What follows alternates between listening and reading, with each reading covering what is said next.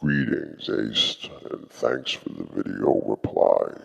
You raise a lot of great issues. Even though we're having a pointless and futile conversation, you raise a lot of great issues nonetheless. Perhaps others may benefit from our conversation. And really, that's the only purpose that this conversation will serve. Which is fine. If others can take something from this, then it's worth engaging in. So you've said that you think reality is the physical universe, and to get a better understanding of this, we must separate concept from reality. And that's just it. You think those things. There's nothing that can be spoken or thought about without the use of concept. And while true that perception itself does not rely on any concepts, it is only concepts that give any kind of meaning to an awareness of a perception of an experience of a reality. Without the concepts, you only have instinct awareness. And instinct awareness just is, without any I think, therefore I am. There simply is, and nothing more. With instinct awareness, there is literally no meaning. And after a while, with all the constant reflecting, consciousness becomes self-aware.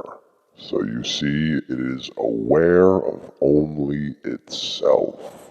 It has not yet established any frame of reference outside of itself. Anything it is, knows, or experiences is only itself.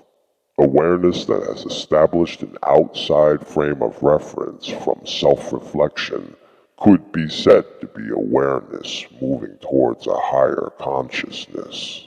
So there is a natural progression of consciousness from instinct to self-awareness to total awareness.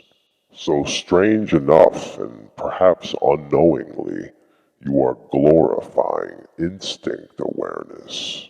You've said that what's important is the truth, which is fidelity to reality.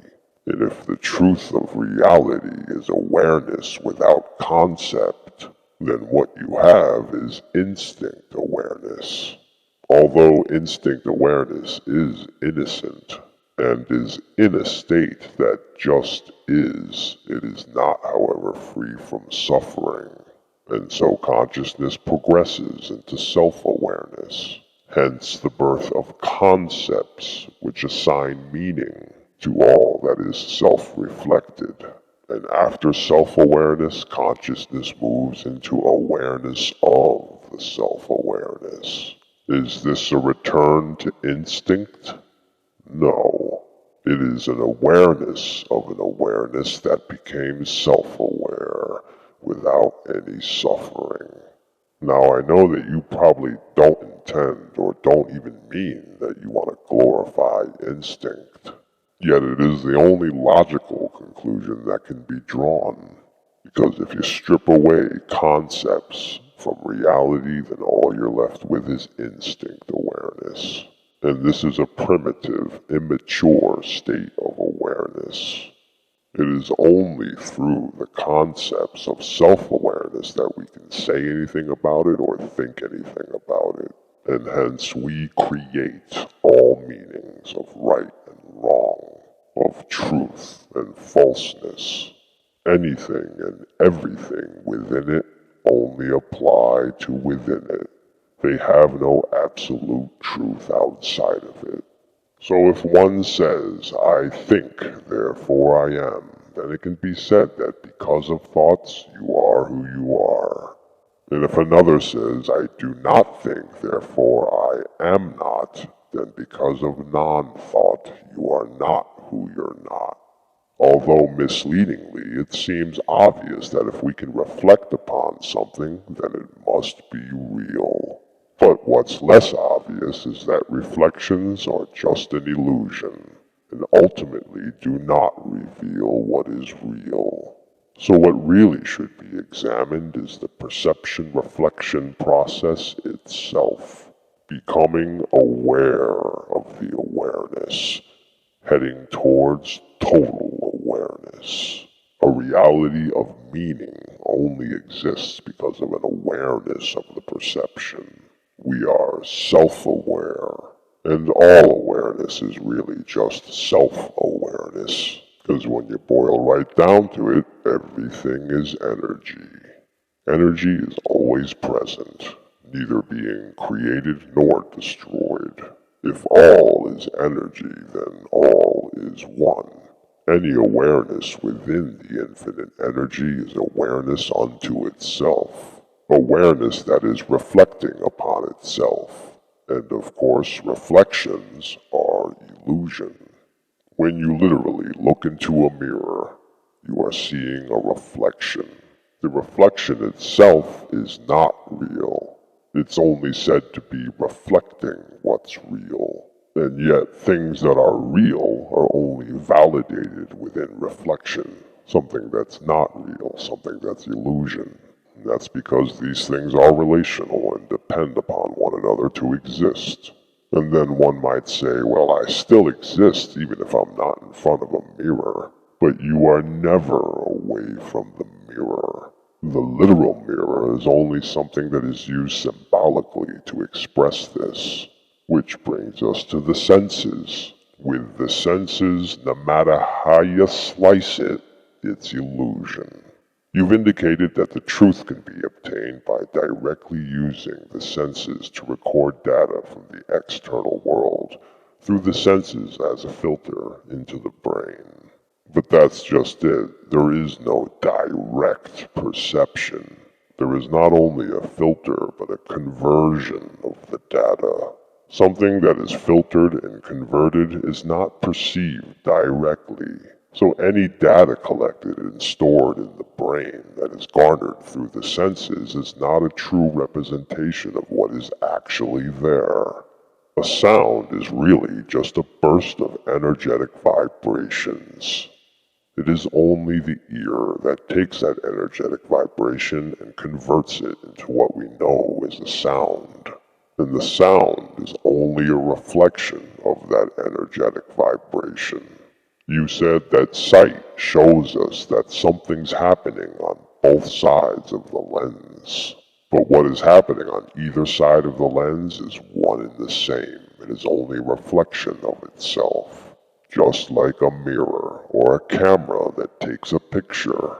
A reflection is an illusion. It is not the real thing. The only real thing that could be said to be real is perception itself. Take away perception and there is no physical universe.